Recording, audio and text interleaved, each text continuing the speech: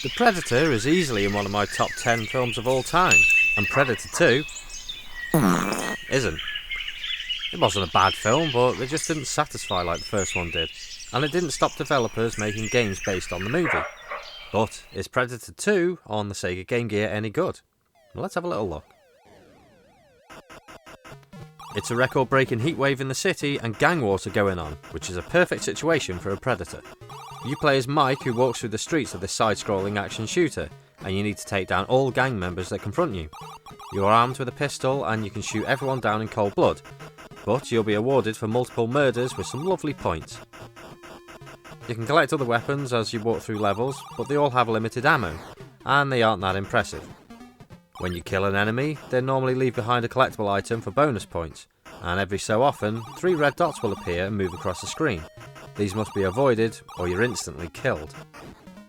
Hostages can be rescued in each level, and before the level starts, it will say how many there are to be found. Every level ends with a boss, which most of the time is some sort of vehicle. They aren't too difficult to defeat, but you'll be slowed down by all the enemies attacking from the sides. But is this game any good? Although the scenery looks good for the system, it's the gameplay that lets it down. It's okay for a short while, but it soon becomes repetitive.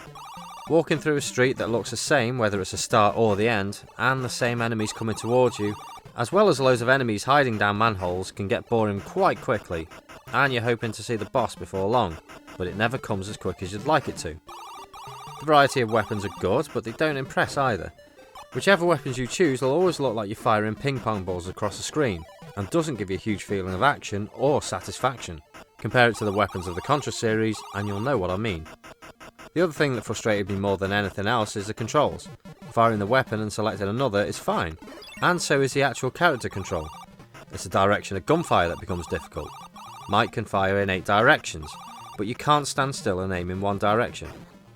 I know there isn't enough buttons on the controller to enable you to hold your position whilst firing, but you'll find yourself holding a direction down while firing at an enemy, but also walking toward them at the same time, meaning if you're too close, then you're going to walk into them and lose some health for doing so. There are 7 levels to this game, and 3 of them are the same. The final level is the Predator ship, just like the end of the film, and when you defeat the Predator, you're awarded with a matchlock gun, just like in the film. With this game being repetitive and tricky to control, and the music and sound effects not being that good, it's hard to say it's a great game. It's not a terrible game, but it's not one that you're going to remember as a classic. As a game you can have a quick go on without wanting to complete it, then it's okay, but there's too much that lets this down. And so I'll give this a sad score of 35%.